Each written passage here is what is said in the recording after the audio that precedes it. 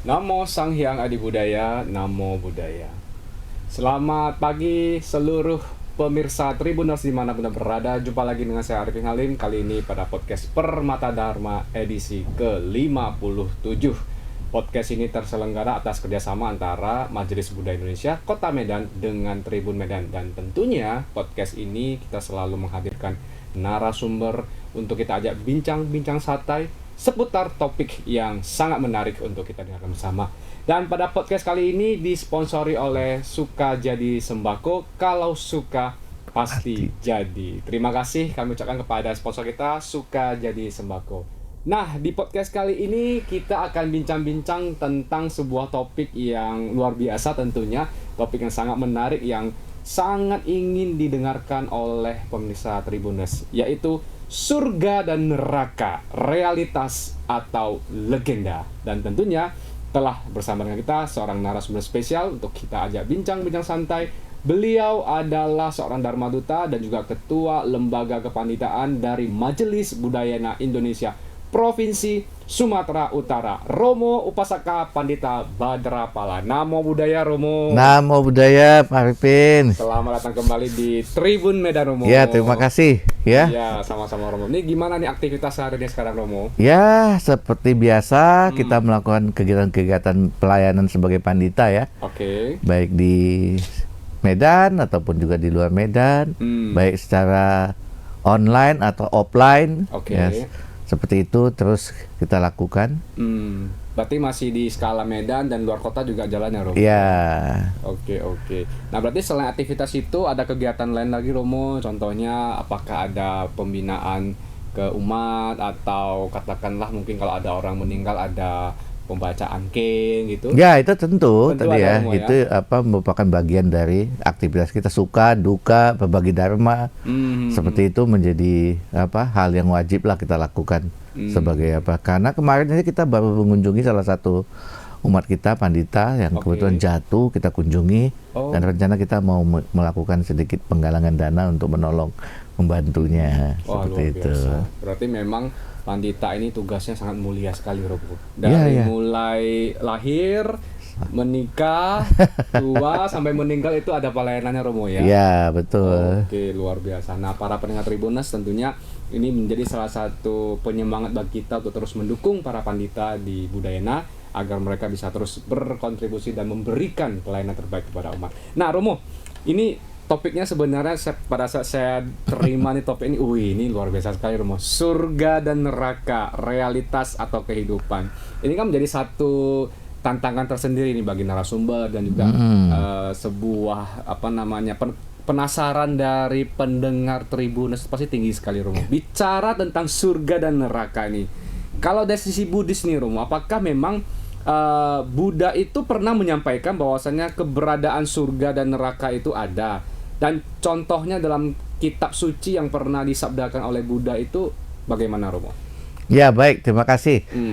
Namo Buddhaya, para pemirsa sekalian. Ya, Namo Buddhaya. Kalau kita bicara tentang surga dan neraka ini, bukan hanya di Buddhis, tapi di semua agama ini selalu membicarakan tentang surga dan neraka. Ya, sebagai satu bentuk. Kalau surga sebagai reward dari kebaikan yang dilakukan semasa hidupnya. Kalau neraka merupakan seperti kayak punishment yang harus dijalankan karena banyak melakukan hal-hal buruk di dalam kehidupan. Ya, ada yang juga mempunyai pandangan surga dan neraka ini merupakan tempat yang abadi yang akan dialami nanti setelah kita meninggal dunia. Jadi fenomena ini ya terus selama orang itu masih meyakini agama, tentunya ini akan selalu menjadi destinasi ya, satu tujuan terakhir yang memang didambakan. Orang bahkan mau melakukan apapun juga untuk bisa mendapatkan kondisi yang menguntungkan, terutama di surga. Nah, bagaimana kalau hal ini secara khusus di dalam ajaran Buddha? Buddha sendiri semasa beliau memberikan bimbingan-bimbingan kepada para biku, kepada umat, itu juga ternyata menyampaikan tentang keberadaan surga dan neraka ini.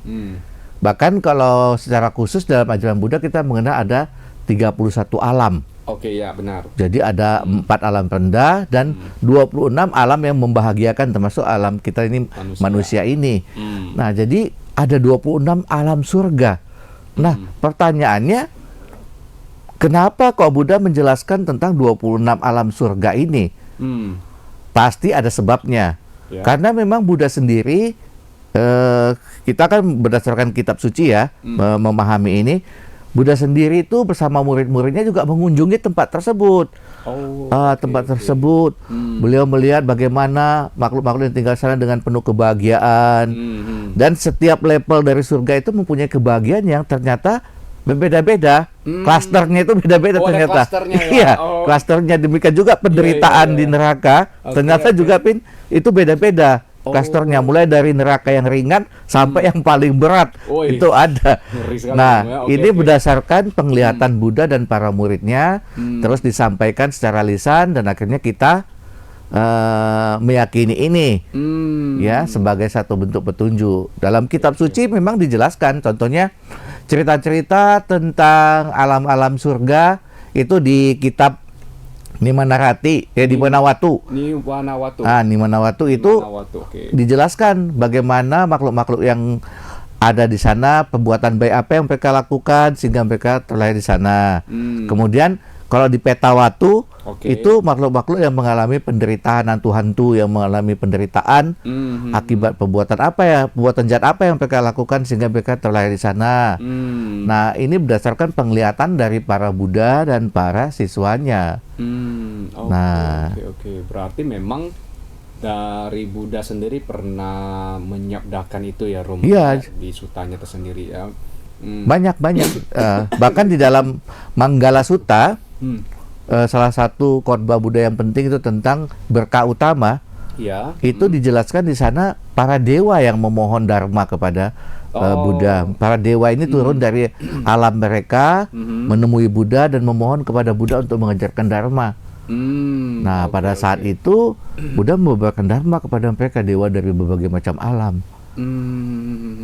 Oke. Bahkan tadi Romo juga mengatakan, ternyata kan selama ini kalau kita tahu kan di umat Buddha gitu mengatakan, kalau surga ya surga doang, itu cuma ada satu. Tadi Romo juga mengatakan surga ini ada klasternya gitu kan. Iya. Ternyata kan banyak sekali klasternya. Ada tadi 26 alam surga dan gabungan dengan alam Brahma berarti, Romo ya. Iya, kita sebut surga dulu. Sebut surga dulu ya. Nah, berarti begini, Romo. Ini kita akan timbul satu pertanyaan begini, Romo. Ini kan di dalam sabda Buddha. Yeah. Artinya kan Buddha hidup sudah sekitar 2.500 tahun yang lalu. Nah, untuk zaman sekarang ini, kalau katakanlah ada umat yang kritis, beliau bertanya seperti ini. Kalau mereka mengatakan, saya ragu nih dengan surga dan neraka, karena sampai saat ini saya belum bisa melihatnya. Nah, ini kan satu pertanyaan yang sebenarnya cukup kritis, yang mungkin saja Romo pernah diberikan pertanyaan seperti itu. Nah, bagaimana cara menanggapi orang seperti ini, Romo? Iya, nah ini enaknya kalau kita belajar Dharma itu, Bin. Buddha mengajarkan ehipasiko. Jadi datang, lihat, dan coba selidiki, pahami gitu. Jadi dalam ajaran Buddha ini enaknya kalau kita nggak percaya, kita ragu-ragu, nggak berdosa. Malah Buddha bilang itu bagus. Berarti kamu itu mau mencari tahu lebih jauh. Kan kadang-kadang ada orang bilang, udah jangan banyak tanya, percaya aja, yakin aja. Nanti kalau kamu nggak yakin bisa berdosa. Nah, itu nggak ada paham seperti itu. Jadi ini enaknya kenapa Buddha memberikan kesempatan kita untuk coba untuk untuk sementara kita ragu nggak apa-apa. Cobalah kamu buktikan berdasarkan pengalamanmu sendiri, kemampuan. Kalau kamu punya kemampuan, kamu bisa menyelidikinya. Oke. Nah, yang uniknya itu adalah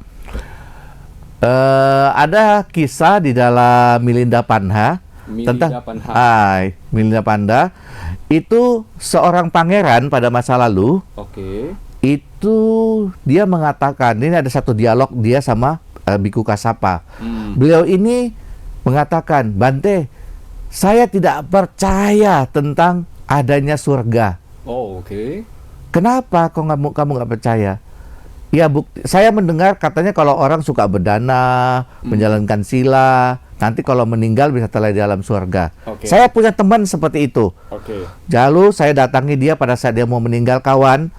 Nanti kalau kamu meninggal, kamu terlahir di alam surga, katanya nanti kamu sudah buat baik, pasti terlahir di alam surga. Nanti kalau kamu terlahir di alam surga, tolong datang kembali, sampaikan kepada saya bahwasanya surga itu ada. Oh. Temannya ini bilang, baiklah kawan.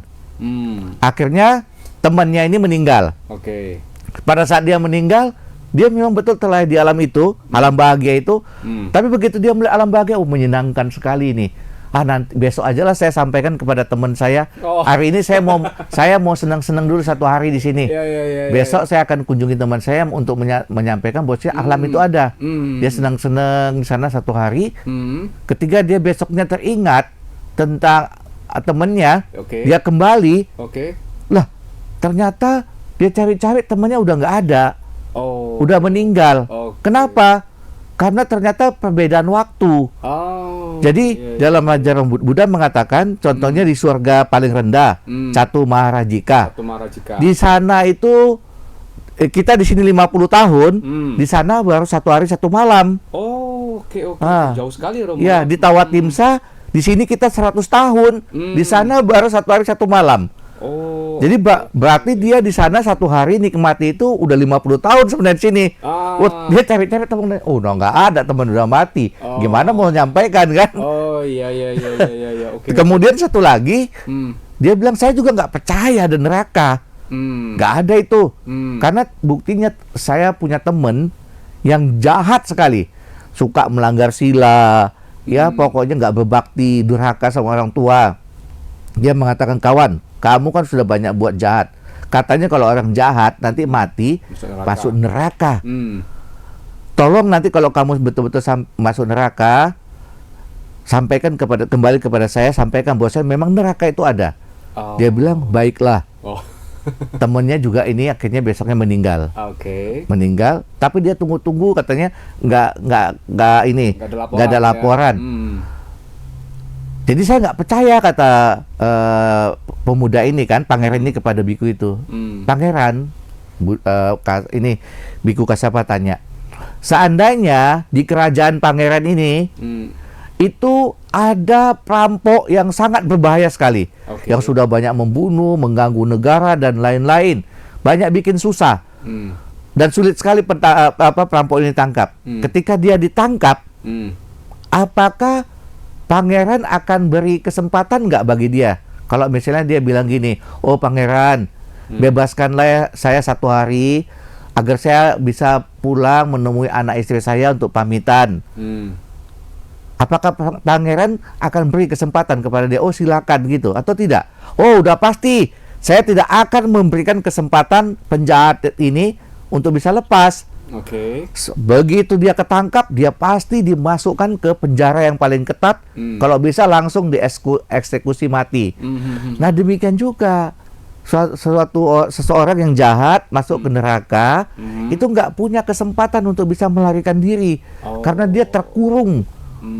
Di kitab suci itu diterangkan, bahkan dindingnya ini aja seperti kayak plat baja yang membara. Plat baja yang sangat panas sekali, nggak ada kesempatan untuk dia untuk bisa lari, nggak ada celah gitu. Dijaga oleh para pengawal-pengawal yang ada di sana, diceritakan seperti itu.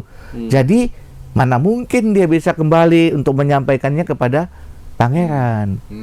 Nah berdasarkan cerita inilah bahwasannya ya ada masuk akalnya juga, karena memang ada perbedaan dimensi, kondisi yang nggak memungkinkan, ya, karena tidak seperti kalau hal ini kan tidak seperti kayak kita memperlihatkan sesuatu, misalnya benda ini, oh ini loh surga gitu kan, nggak mungkin, nggak, oh ini loh neraka, dia bukan benda. Bahkan ilmu pengetahuan sekalipun juga dengan teknologi yang paling canggih belum mampu mempunyai satu alat yang diciptakan untuk dapat menembus dimensi tersebut.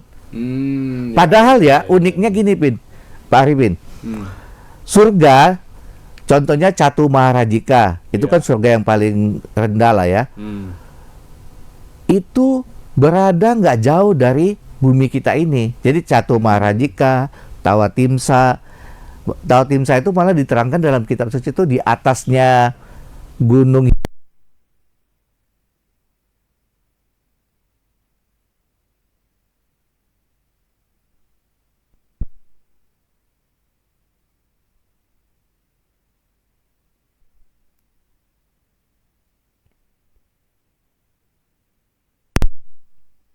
itu. Nah, yang menarik lagi nih Pak Arifin yang seperti tadi, mumpung saya masih ingat. Tadi kan saya bicara tentang klaster tuh. Ah iya, benar. Klaster ya. Klaster ya. Kalau menurut Bapak kenapa butuh klaster ini? Disinilah kita penting untuk berpikir. Klaster itu ada berdasarkan kondisi kebaikan yang kita lakukan. Perbuatan baik kita kan beda-beda, kualitas baiknya. Ada yang kecil, ada yang sedang, ada yang banyak sekali melakukan perbuatan baik. Kenapa? Jadi kalau orang ditempatkan di posisi yang sesuai dengan kebaikannya, maka dia akan merasa adil. Contohnya gini, Pak. Begini, Pak. Misalnya kalau surga itu cuma satu. Ini satu orang, kita katakan si A melakukan, dia tidak pernah melakukan perbuatan baik. Pada saat nanti tua, dia tobat, baru buat baik, terus meninggal masuk surga. Oke? Si B, dia dari lahir sampai muda nggak pernah buat baik. Di pertengahan lah ya. Di pertengahan sampai usia tua baru dia buat baik. Masuk surganya di situ lagi. Terus yang si C dari lahir ya, udah anak-anak itu udah buat baik terus. Terus kebaikan terus sampai dia mati buat baik juga. Masuk surganya di situ juga sama gitu. Nggak fair ya. Nggak fair lah. Iya, benar. Atau kita kasih contoh begini. Di satu perusahaan. Perusahaan ini ya. Kita kan katakan perusahaan A. Orang untuk menjadi direktur di situ butuh belajar, kuliah S1, S2, ambil ilmu yang lebih tinggi lagi, dan itu membutuhkan banyak biaya. Oke, dia jadi direktur, ada yang jadi staf, ada juga yang jadi tukang sapu, ya, cleaning service. Ya, kalau cleaning service kan nggak perlu terlalu banyak biaya. Kira-kira mau nggak si direktur ini gaji cleaning service ini sama dia? Oh, pasti nggak mau dong. Kenapa nggak mau? Karena klasternya tadi itu ya, dia sudah belajar banyak, iya, besar. Ini yang disebut dengan adil. Keadilan tuh di situ. Jadi sesuai dengan apa yang kita berikan, kontribusinya seperti itu. Nah, itu untuk menyambung kenapa di dalam Buddhis itu ada 26 alam surga. Ya kan? Oke, masuk akal. Iya, itu. Jadi kita nyaman nanti bisa memilih mana yang sesuai tingkat kebajikan masing-masing ya, Romo. Iya, tingkat kebajikan. Setuju. Di dunia ini juga kita lihat kan, ada orang yang sangat mewah sekali, ya kan? Ada yang biasa-biasa, ada yang susah gitu ya. Iya. Mungkin ya ini akibat dari kebajikan yang berbeda-beda juga kan, penyebab utamanya. Benar, Romo. Oh, berarti memang cara pembuktiannya itu ya tadi seperti analogi yang tadi Romo sampaikan itu ya. Artinya memang kalau contoh katakanlah kan tidak mungkin orang harus tunggu meninggal dulu baru membuktikan dia terlahir di surga atau neraka. Nah, lantas begini Romo, ini kan kita bicara tentang tadi pembuktian surga dan neraka versinya Buddhis lah ya. Kalau berbuat jahat itu maka biasanya otomatis terlahir di neraka. Nah, orang terlahir di neraka itu tidak sulit mendapatkan kesempatan untuk kembali memberitahukan kepada keluarga, oh saya lagi terlahir di neraka ini, berarti kan sudah berat sekali. Begitu juga dengan tadi yang mengatakan, Romo mengatakan di surga dia sudah menikmati kenikmatan surgawi, sudah enak-enak, dia melihat alam manusia, alam manusia ini masih banyak penderitaan ini, jadi di sana enak-enak. Nah, tapi begini Romo, timbul satu pertanyaan, seandainya dalam versi kehidupan nyata, versi kehidupan nyata, ini kan versi Buddhis, sekarang kita masuk ke versi kehidupan nyata. Bagaimana analogi surga dan neraka itu, Romo? Ya, jadi dalam perspektif Buddhis kita memang memandang dari berbagai macam arah. Pertama ya memang untuk sementara kita meyakini keberadaan alam itu karena itu disampaikan, disabdakan oleh guru kita Buddha. Tapi juga kita memahami tentang surga dan neraka ini tidak harus pertama kita menunggu kita mati dulu baru bisa kita alami. Itu ya. Tidak harus kita menunggu mati. Surga dan neraka itu ada di dalam kehidupan kita, kehidupan nyata kita. Kehidupan nyata kita yang memang kita bisa alami. Ada satu cerita yang memang sudah populer ini kan. Ada seorang panglima, itu dia udah berapa kali mendengarkan cerita tentang surga dan neraka ini yang disampaikan oleh seorang biksu. Oke. Akhirnya dia ingin mencari tahu lebih jauh. Oke. Mendatangi biku ini. Biksu, kamu selalu saja bicara surga dan neraka, surga dan neraka. Sekarang tolong tunjukkan surga dan neraka itu kepada saya. Kalau kau nggak tunjukkan, saya akan bunuh kamu. Oh, oke. Lalu biksu ini tanya, apa jabatan kamu? Oh, saya panglima perang. Apa? Orang bodoh mana yang mau terima kamu sebagai panglima perang? Tampangmu aja kayak gitu bisa panglima perang, nggak jelas.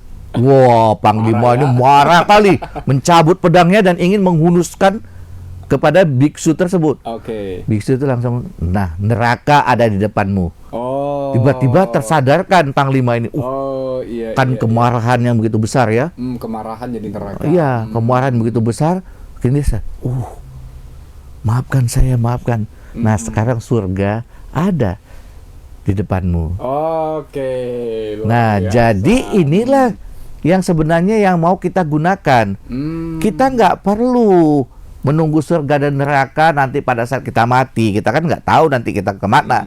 Lebih penting itu adalah surga dan neraka yang merupakan kondisi mental kita yang saat ini. Kondisi ya kan? mental saat ini. Iya. Okay. Jadi kalau kita diliputi oleh kemarahan, kebencian, jengkel, iri hati, dendam, itulah neraka. Nah, berapa lama kita berada di dalam kondisi batin seperti ini? Kalau misalnya kita diliputi kebencian ini berada pada kita tuh selama 1 harian. Berarti sebenarnya 1 hari itu meskipun kita punya fisik manusia, tapi sesungguhnya batin kita berada di neraka. Kalau kebencian itu, kejengkelan itu setengah hari, ya berarti setengah hari kita. Setengah hari neraka ya. Ya syukur-syukur bisa lebih ada muncul kejengkelan, cepat disadari. Mungkin 30 menit dia udah keluar dari kejengkelan itu, berarti dia setengah 30 menit berada di neraka, kan begitu. Dia bisa mampu untuk keluar dari sana cepat, menyadari kondisi yang tidak menyenangkan itu. Oke. Berarti itu analogi paling sederhananya, Romo. Iya, itu yang paling nyata yang memang bisa kita lihat di dalam kehidupan ini kan. Karena kita kan yang paling penting itu sebenarnya itu proyeksi mental kita, pikiran kita. Proyeksi mental dan pikiran. Iya, pikiran kita menciptakan sesuatu yang nanti mempengaruhi fisik kita. Kita lihatlah kalau misalnya orang lagi marah kan, itu kan muncul dari pikiran, dari respon dia, dan itu mempengaruhi fisik. Ya kan, tidak nyaman jadinya kan. Padahal kita ingin tidak ingin seperti itu, kita ingin bahagia. Oke. Nah, Romo, ini menjadikan satu pertanyaan baru begitu, Romo. Jadi kan kita sudah banyak bicara tentang surga dan neraka. Ada istilah yang namanya loba, dosa, dan moha. Loba itu keserakahan, dosa kebencian, moha itu kebodohan. Tadi kan Romo juga mengatakan bahwasanya ada 4 alam rendah. Itu mungkin Romo boleh ceritakan apa saja namanya alam rendah itu dan mengapa seseorang bisa terlahir di alam itu, karena lebih banyak apanya, Romo? Lobanya, dosanya, mohanya, begitu, Romo. Mungkin bisa cerita. Ya, jadi kita lihat manusia ini mempunyai karakter, kecondongan dalam hidup itu yang berbeda-beda. Ada sifat-sifat tertentu lebih dominan. Ya, contohnya orang yang punya sifat serakah, ya, nggak pernah puas, selalu ingin memiliki lebih, bahkan saking serakahnya dia tidak peduli lagi dengan kebenaran. Dia ingin mendapatkan apapun juga yang dia mau, dengan melanggar sila, contohnya ya, membunuhlah, mencurilah, melakukan perbuatan penyimpangan seksual. Pokoknya 5 sila ini bisa dilanggar dia hanya untuk mendapatkan memuaskan keserakahannya. Nah, orang-orang dengan kecondongan seperti ini itu pada saat nanti mau meninggal, energi kebiasaannya ini akan mengikuti, dan inilah yang bisa melemparkan mereka itu nanti terlahir sebagai hantu kelaparan. Nggak pernah puas. Berarti Kita, alam peta ya? Iya, alam peta kita sebut. Jadi kalau kita tahu kan setan hantu kelaparan ini kan seringkali digambarkan tidak pernah puas. Apapun juga yang mereka makan, konsumsi itu nggak pernah puas-puasnya. Iya. Menderita sekali hidupnya. Dia menderita, merasa selalu lapar batinnya, tidak pernah puas. Nah, ada juga orang yang punya kecondongan tuh gampang sekali marah, membenci, ya, suka melakukan kekerasan di dalam kehidupan ya, vandalisme lah, macam-macam lah pokoknya kejahatan-kejahatan yang dilakukan terhadap baik kepada manusia, termasuk juga kepada hewan loh. Hewan juga jangan kita, iya kan itu orang banyak sekali melakukan kekejaman terhadap hewan. Malah mereka senang kan dengan kekejaman-kekejaman yang mereka lakukan itu. Dan ini jadi energi kebiasaannya, kebenciannya itu begitu kuat sekali. Nah, orang ini kalau meninggal dia bisa terlahir di alam-alam neraka. Apalagi kalau dia benci, tidak bisa menggunakan penalarannya, dia melakukan kejahatan kepada orang-orang yang sangat baik sekali contohnya. Ini tentunya karma buruknya sangat besar kan. Bisa aja terlahir di neraka, keraknya neraka namanya. Kalau kita bilang dalam agama itu neraka awici.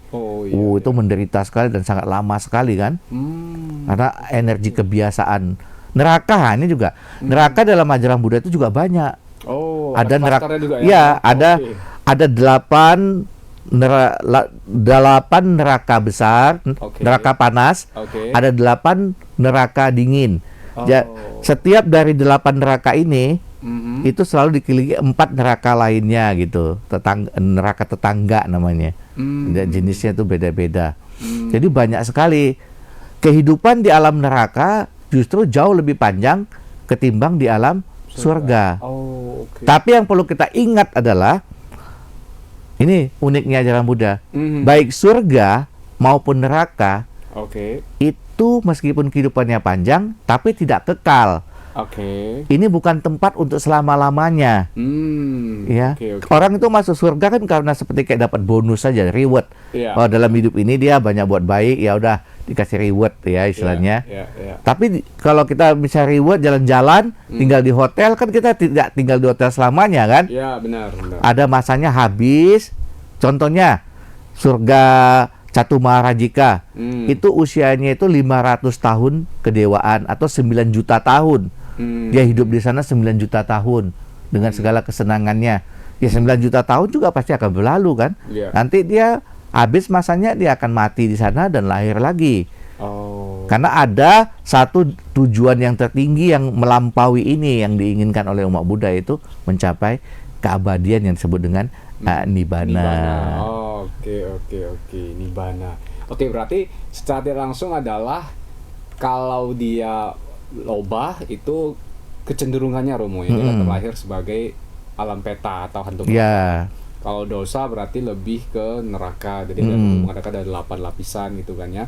Nah, bagaimana dengan moha Romo? Kebodohan batin. Kecenderungannya akan terlahir sebagai apa Romo? Ya, jadi moha, saya masuk ke Irsya dulu. Irsya, ya, Irsya ini adalah iri hati. Iri hati ya. Selalu aja iri dengan keberhasilan orang, dengan kesuksesan orang, dan dia juga rela melakukan hal-hal apapun juga untuk menghancurkan orang karena keiri hatiannya ini. Nah, ini bisa nanti kalau dalam ilmu itu terlahir sebagai asura. Asura. Asura itu Asura itu ya jenis makhluk yang seperti kayak raksasa ya jenisnya seperti itulah, kita akan katakannya seperti raksasa besar. Mereka ini selalu iri dengan pencapaian para dewa-dewa. Kemudian yang itu tadi, yang moha ini, moha ataupun ketidaktahuan, kebodohan. Kebodohan itu bukan karena dia nggak pintar secara intelek, tapi kebodohan batin. Kecondongan mengikuti kebodohan batinnya di dalam kehidupan ini. jadi kebiasaan. Contohnya udah tahu merokok tuh nggak bagus tapi dilakukan terus. Udah tahu minuman minuman yang beralkohol bisa membuat dia mabuk-mabuk, dan ini jadi kebiasaannya. Udah tahu berjudi itu nggak bagus tapi dia tetap terus melakukannya. Kecondongan seperti ini begitu kuat sekali dalam kehidupan jadi kebiasaan. Nah, ini punya kecondongan bisa terlahir nanti secara umum sebagai hewan. Oke. Punya kecondongan seperti itu.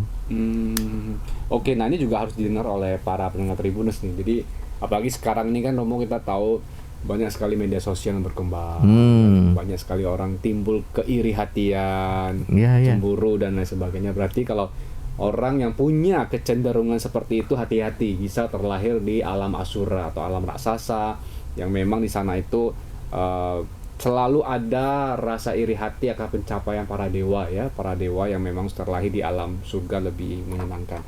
Oke Romo, berarti secara tidak langsung kalau seandainya orang jahat itu apakah 100% masuk neraka, begitu juga sebaliknya orang baik juga pasti masuk surga, atau kalau katakanlah contoh ada satu orang berbuat jahat, kemudian selama hidupnya dia bertobat, nah setelah dia bertobat, apakah dia punya peluang nih Romo untuk terlahir di alam surga? Nah, pandangan dari Buddhis itu bagaimana Romo? Ya, jadi semua orang ketika menyadari kekeliruan yang telah dilakukan dan masih punya kesempatan untuk melakukan hal-hal baik, maka terbuka kesempatan untuk bisa terlahir di alam yang bahagia.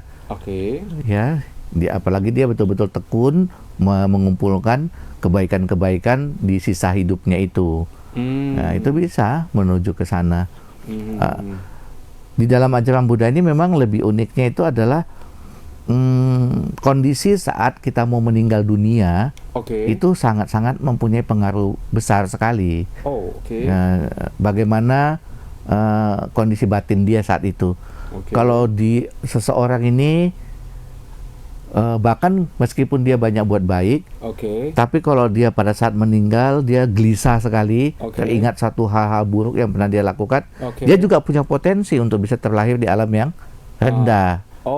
Cuma ada cumanya, ketika dia lahir di situ, biasanya dia nggak akan lama di situ. Sebentar aja dia nanti mati di alam yang rendah ini, dan akan bisa terlahir lagi di tempat yang lebih baik. Jadi kondisi pada saat kita mau meninggal itu paling penting. Detik-detik sebelum meninggal ya? Iya. Jadi itu sangat penting. Seseorang itu mempunyai kondisi batin yang baik, yang tenang, yang siap lah ya. Kalau dia tidak siap, gelisah, takut, nah ini yang memang bahaya, punya kecondongan bisa ini terlempar ke alam-alam yang kurang menguntungkan. Berarti ada cara nggak Romo kalau contohnya ya ini kan didengar oleh para pendengar Tribuners, katakanlah ada seseorang yang mau meninggal, tapi harus ada prepare dulu tips and triknya gitu Romo, pada saat seseorang katakanlah sudah mau meninggal, bagaimana dia menjaga kondisi pikiran tetap tenang sehingga kemungkinan besarnya dia terlahir di alam yang lebih baik Romo? Akan sangat sulit itu dilakukan ketika itu kita baru mau saat terseperti itu baru kita mau melakukannya. Karena diumpamakan itu orang yang mau meninggal secara umum ini ya, terlepas dari para praktisi, secara umum orang biasa yang mau meninggal itu seperti orang yang sedang mau bermimpi gitu. Itu kesadarannya cukup lemah. Nah, kita bisa nggak mengendalikan mimpi kita? Kan nggak bisa kan, mengalir begitu saja dia, kita mengikuti arusnya. Nah, jadi agar kita bisa lebih baik itu harus mempunyai pelatihan. Dan pelatihan itu paling bagus itu adalah ya di saat kita masih hidup. Misalnya kita membiasakan kebiasaan-kebiasaan positif, ya, merenungkan kebaikan, kebiasaan-kebiasaan positif itu sering kita lakukan, sehingga pada umumnya dari persentase yang muncul pada saat orang mau meninggal itu yang teringat itu energi kebiasaan-kebiasaannya. Karma kebiasaan ini yang paling sering muncul. Contohnya si A punya kebiasaan baca doa atau mantra lah, atau kita katakan lah ya, kebiasaannya baca Parita. Nah, pada saat mau meninggal, dia teringat, memori itu muncul. Wah, ini yang bagus kan berarti. Iya. Nah, dia akan bisa terlahir di alam yang buruk. Tapi kalau contohnya dia punya kebiasaan berjudi.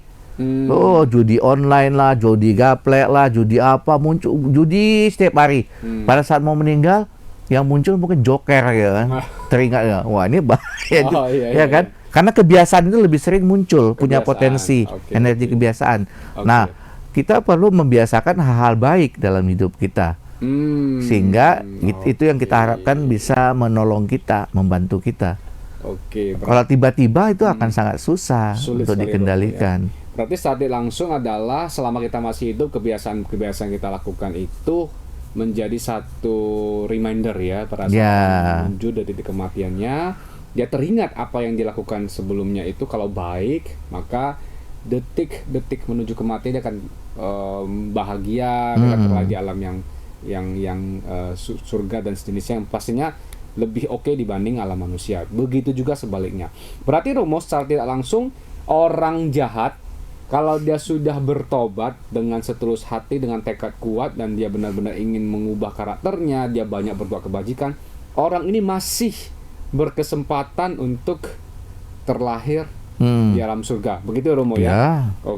Bukan hanya di alam surga, mencapai pembebasan pun juga dia bisa.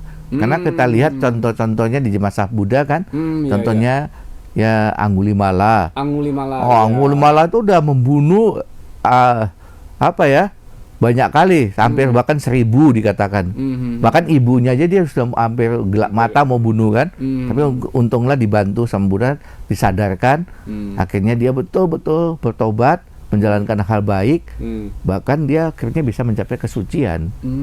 Jadi tetap peluang itu ada, terbuka lebar kalau seseorang itu ingin memperbaiki diri. Ada kesempatan yang positif lah pokoknya. Yang penting tekadnya kuat ya Romo ya. Tidak hanya sekadar istilahnya teori belaka ya. Oke Romo, apakah harus meyakini suatu agama dulu baru bisa masuk surga? Karena kan kita tahu kalau katakanlah mungkin kalau kamu nggak percaya dengan agama saya, kamu nggak bisa terlahir di surga, kamu pasti terlahir di alam rendah neraka. Bagaimana pandangan Buddhis? Ini banyak terjadi ya, terutama di kita di timur ini, ya. Bahwasannya surga itu hanya milik orang-orang yang punya agama, mengikuti agama A, agama B, agama C, itu baru bisa masuk surga. Bahkan ada yang memonopoli surga lagi. Luar biasa. Hanya kami aja yang bisa masuk surga, yang lain itu nggak bisa numpang. Seperti pahamnya seperti itu ya, silakan aja karena memang itu hak seseorang mungkin ya, kalau dia meyakini seperti itu. Nah, kalau kita dalam ajaran Buddha itu lebih berpatokan kepada perbuatan. Karma. Perbuatan yang kita lakukan dalam kehidupan kita. Tanpa orang itu punya agama sekalipun juga, kalau dia mempunyai perbuatan-perbuatan yang baik, ucapan yang baik, perbuatan yang baik, pikiran yang baik, maka orang ini punya kesempatan untuk terlahir di surga. Karena surga itu tidak didominasi atau dimiliki oleh agama Buddha saja atau agama lain gitu ya. Terbuka untuk siapapun juga yang memang punya kebaikan dalam hidup ini. Kita lihat kan banyak contohnya, bahkan di negara-negara yang kita katakan yang nggak begitu yakin sama agama, tapi orangnya sangat-sangat baik sekali, banyak sekali melakukan hal-hal baik untuk kemanusiaan, menolong, mencintai hewan, lingkungan dan lain-lainnya. Orang-orang seperti ini sangat luar biasa. Mereka itu tidak terlalu fokus kepada paham-paham agama, tapi mempunyai prinsip-prinsip hidup yang sangat luar biasa. Nah, ini sejalan dengan ajaran Buddha. Kita mau yakini Buddha Dharma bisa juga masuk surga. Orang yang nggak yakin juga itu selama dia menjalankan hidup yang baik akan bisa juga terlahir di surga. Hanya keuntungannya kalau misalnya kita sebagai umat Buddha, kita jadi lebih mengerti. Tentunya jalan menuju kelahiran di surga itu jadi ada banyak sekali Pak Arifin. Contohnya kita di dalam ajaran Buddha itu punya keyakinan yang teguh kepada Triratna, pada Buddha, Dhamma, dan Sangha, Oke. itu bisa membawa seseorang dengan keyakinan ini saja bisa terlahir di surga. Dengan pedana, dengan menjalankan sila, dengan mengembangkan kesabaran, Oke. ya, cinta kasih, itu begitu banyak sekali. Kan ada satu contoh itu di kitab suci dijelaskan tentang seorang anak ini dia meninggal sakit, Oke. tapi Buddha melihat sebelum meninggal, wah, ini anak ini kasihan sekali. Lalu Buddha dengan kasih sayangnya itu memancarkan cahaya yang begitu terang yang dapat dirasakan oleh anak ini, sehingga anak ini begitu melihat cahaya ini, melihat Buddha, timbul keyakinan dalam dirinya. Dan pada saat timbul keyakinan itu dia meninggal. Oh. Jadi dia meninggal dengan batin penuh keyakinan, dia terlahir di surga. Nah, ini kan satu bentuk keberuntungan bagi kita kalau kita memahami ajaran kan. Mungkin kalau orang lain dia cuma baik saja tapi nggak mengenal ajaran agama, peluang dia untuk melakukan kebaikannya itu jadi lebih kecil sebenarnya ketimbang kalau mereka yang mempelajari agama, karena dia lebih tahu banyak cara-cara untuk terlahir di alam surga. Dan kita lebih sifatnya itu universal gitu. Oke. Berarti begini Romo, artinya surga ini bukan milik satu agama. Itu pertanyaan itu Ya, yang harus kita pahami. Itu dulu, dari ya. paham agama Buddha seperti itu ya. Iya, dari paham agama Buddha. Dan artinya siapapun, bahkan katakanlah mungkin dia belum percaya dengan surga, dia belum percaya dengan suatu agama, selagi memang dalam kehidupan sehari-harinya dia berbuat kebaikan, maka peluang yang terlahir di alam surga itu ada. Namun tentunya lebih bagus bila seseorang itu bisa belajar agama Buddha gitu kan ya, kita kan bisa tahu namanya Dharma, ajaran Sang Buddha itu, maka ada tipsnya lah, kalau bahasa zaman sekarang ada tipsnya, ada tekniknya bagaimana bisa terlahir di alam surga. Karena sekali lagi ini semua berhubungan dengan namanya kerja karma atau perbuatan yang dilakukan oleh seseorang. Bicara tentang karma Romo, apakah sebenarnya cara kerja karma itu bagaimana secara simpelnya Romo, sehingga seorang itu bisa punya kesempatan untuk menghindari neraka, untuk berpeluang hidup di surga. Nah, cara kerja karma ini di Buddhis itu secara simpelnya itu bagaimana Romo? Cara kerjanya gitu. Apakah emang oke, saya pasti berbuat baik, pasti ke surga seperti yang pertanyaan sebelumnya, atau ada elemen-elemen lain yang mendukung juga Romo? Ya, jadi kalau kita bicara surga dan neraka, itu penyebabnya kan adalah hasil dari perbuatan-perbuatan kita ya. Nah, kita bicara di sini kembali ke karma.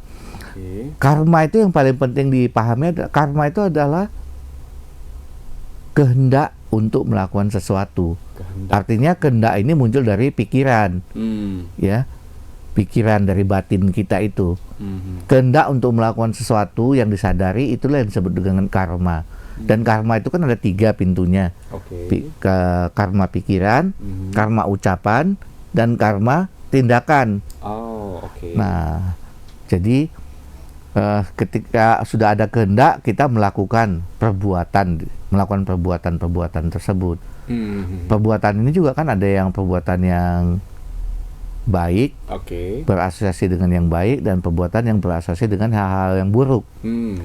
Ketika ini sudah dilakukan, maka dia akan menghasilkan buah dalam bentuk kebahagiaan dan penderitaan. Nah, buahnya ini sebenarnya kita misalnya melakukan perbuatan baik lah, kita katakan ya, kita berbuat baik, menolong orang lain. Buah dari kebaikan kita menolong orang lain ini, itu sebenarnya dia sudah berbuah langsung. Pertama dia udah berbuah langsung dalam bentuk ya kita pasti bahagia, senang. Dan juga ada buah yang akan berbuah dalam kehidupan ini ataupun juga di dalam kehidupan selanjutnya, satu kehidupan berikutnya atau beberapa kehidupan berikutnya, tergantung dari kualitas kebaikan yang kita lakukan. Nah, ini kan satu kebaikan ataupun satu kejahatan yang dilakukan itu pasti akan berbuah, tinggal menunggu waktunya. Dan dia pasti kalau kita berbuat baik pasti akan membuahkan kebahagiaan. Kalau kita berbuat jahat pasti akan menghasilkan penderitaan. Jadi dia karma ini nggak bisa diputar balikkan. Karena memang sifat karma itu adalah pasti dia. Karma itu pasti. Menanam kebaikan pasti berbuah kebaikan. Menanam kejahatan pasti berbuah penderitaan. Sama seperti kita menanam jagung pasti tumbuhnya jagung. Jagung nggak mungkin tumbuh pepaya. Karena memang seperti itu sifat karma itu. Nah untuk ini nggak perlu agama sebenarnya. Secara apanya, siapapun juga tanpa agama, bahkan orang primitif zaman dulu juga kalau dia melakukan baik ya baik, kalau buruk ya buruk akibatnya. Agama itu kan hanya memperjelas kondisi ini, karena ini memang hukum alam, ada dengan sendirinya hukum ini, nggak bisa dibelokkan, nggak bisa dihentikan, dia berlaku universal. Jadi tidak seperti karena aku agama Buddha, aku yakin ini, maka saya akan dapat karmanya lebih besar. Kalau karena dia tidak, dia nggak berlaku bagi dia, karena dia nggak yakin karma nggak berlaku bagi dia, nggak seperti itu kan. Sama seperti kayak api, sifatnya itu membakar. Kita pegang ya kita bisa terbakar, seperti itu ya. Kita yakin atau tidak yakin.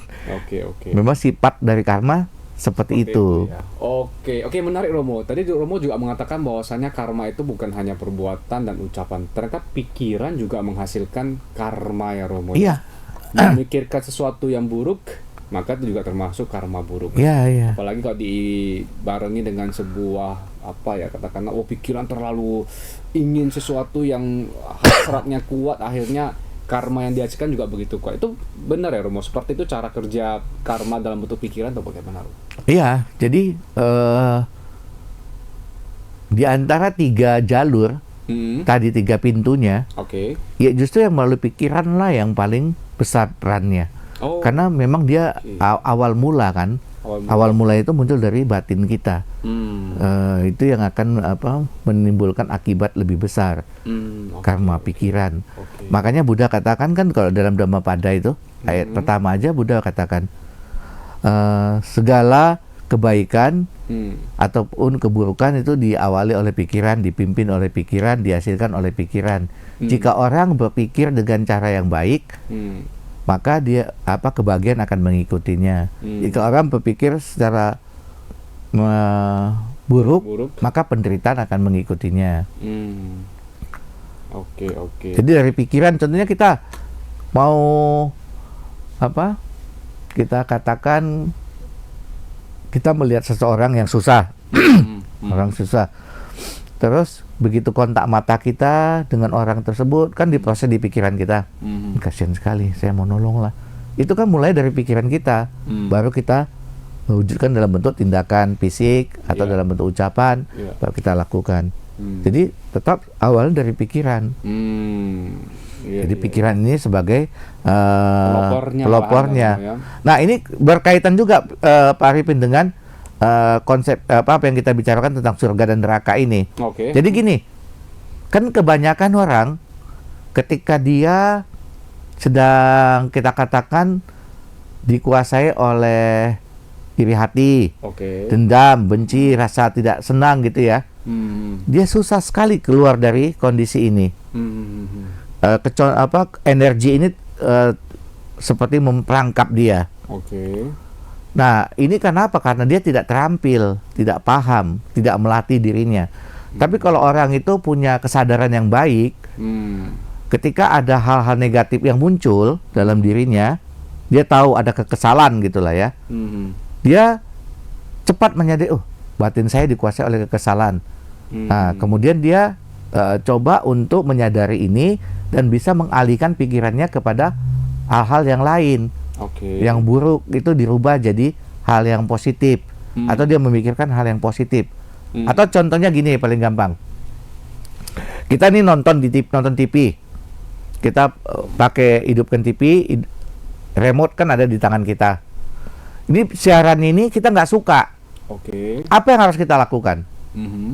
Yang harus kita lakukan adalah ganti channel kan? Ganti channel, iya benar. Nah udah ganti channel aja. Nah kenapa kita udah tahu nggak suka itu kita biarkan aja begitu. Kita aduh aku nggak suka ini acara ini, tapi kita lihat terus gitu.